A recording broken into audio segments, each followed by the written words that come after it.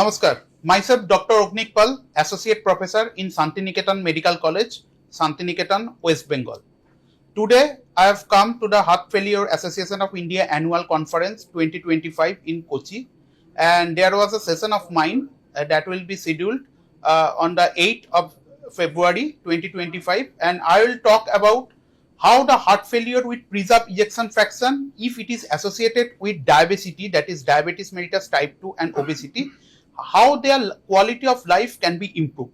So basically, in our hospital, we have done a study where 10 patients were chosen whose body mass index is very high, greater than 30 kg per meter square, and they have heart failure with preserved ejection fraction by echocardiographic measurements as well as the physical examinations and natriuretic peptide levels, and the glycemic index is also very high, greater than 9% on an average. And in those persons, we have administered motivational counseling reinforcement to see whether their lifestyles are improved and ultimately their quality of life are improved. So what we know that heart failure with preserved ejection fraction poses a significant morbidity and mortality for the patients, and that is increased manifold if there is type 2 diabetes mellitus, further so if there is obesity. So it has been seen if there is type 2 diabetes mellitus, that increases about 4 times chance of the HFAI in comparison to the normal populations. In obesity also, it is an independent, very important predictor for the HFAI, and all these three have some similar ecological and pathophysiological mechanisms which should be tackled together. And because these patients need multiple medications for a long period of time, their quality of life is compromised, their exercise capacity is compromised. In most of the cases, they have become depressed, and there may be some anxiety. They may be in some cases they ultimately tends to stop their medications, and ultimately their morbidity and mortality increases manifold.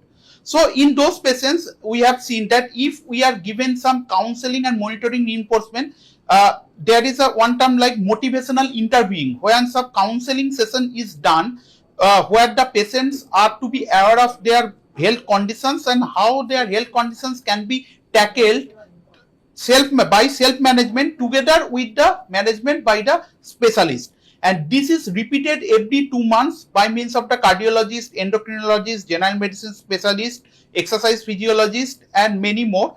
And psychiatric consultation is also done every 2 monthly. And we have measured their quality of life by different types of the measurements. Like there are some short form of the obesity assessment scale. There are some European ED5Q5L, where the 5 dimensions of the quality of life can be measured.